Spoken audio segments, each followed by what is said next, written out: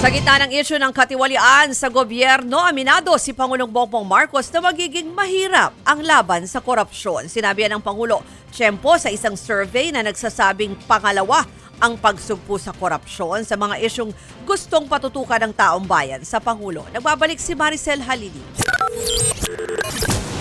Patuloy sa paglilinis sa hanay ng pamahalaan si Pangulong Bongbong Marcos para matiyak na bawat opisyal ay karapat-dapat sa tiwala ng taong bayan. Sa pagkilala sa 2025 Metro Bank Foundation Most Outstanding Filipinos, sinabi ng Pangulo na hindi madali ang laban na ito. Marami pa raw tayong pagdaraanan. Sa kabila nito, inspirasyon daw ang mga awardee sa pagsusumikap na maitama ang nakagawiang mali.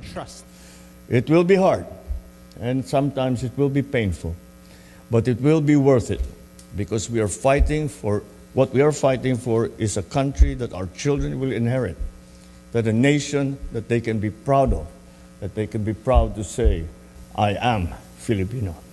Matatandaang si Pangulong Marcos mismo ang bumuo ng Independent Commission for Infrastructure na nag-iimbestiga ngayon sa anomalya sa flood control projects. Sa latest survey ng SWS, pumapangalawa ang pagtugon sa issue sa korupsyon sa mga dapat daw tutukan ng Pangulo. 31% ang nagsabi niyan. Bago yan, lumabas din sa survey ng Pulse Asia na 97% ng mga Pinoy ang nagsabing talamak ang korupsyon sa gobyerno. Nagbabalita mula sa Frontline, Maricel Halili, News 5. Mga kapatid, ako po si Ruth Cabal. Dito tayo sa totoo, dito tayo sa True FM.